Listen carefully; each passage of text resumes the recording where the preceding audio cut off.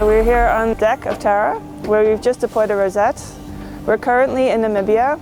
We're expecting some upwelling at this station because we've seen that the temperature has dropped from 20 degrees offshore to about 10 or 11 degrees inshore. And this tells us, we're fairly certain this means that the deep bottom waters are up to show us.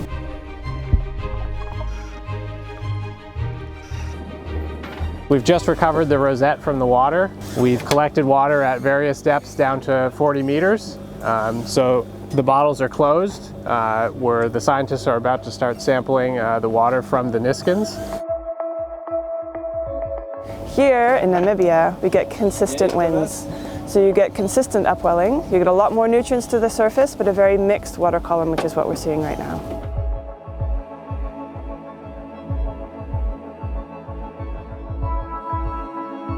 So this leg is focusing on the Benguela upwelling system. This is one of the strongest upwelling regions in the world.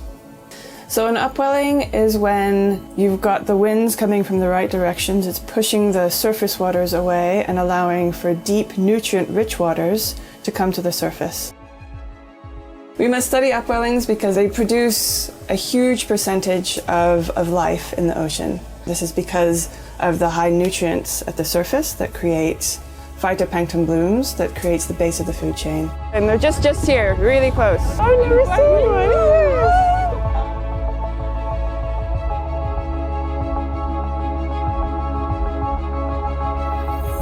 one! These large algae populations, which are great and they create life, they eventually die.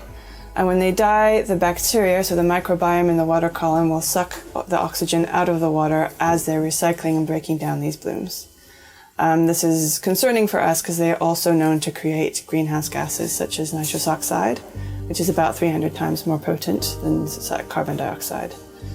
So we would need to know what they're doing in order to use models to predict how this will affect our atmosphere in the future.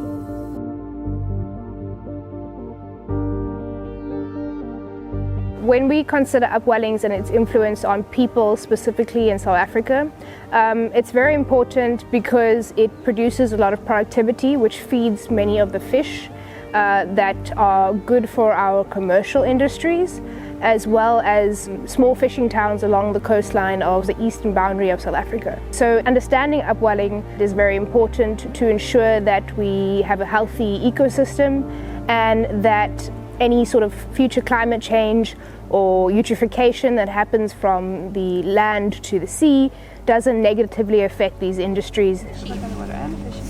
Little shrimp. It's so cute.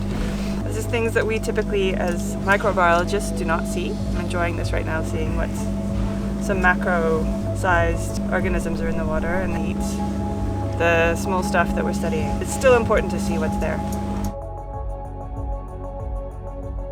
A glass of seawater is invisible to the naked eye, but you put it under a microscope and there's a whole life, there's a whole world happening that we wouldn't normally see. And Tara is great for that because we're not just looking at the viruses, we're looking at everything else. We're looking at the bacteria, at the small crustaceans, we're looking at jellyfish, and these are all connected.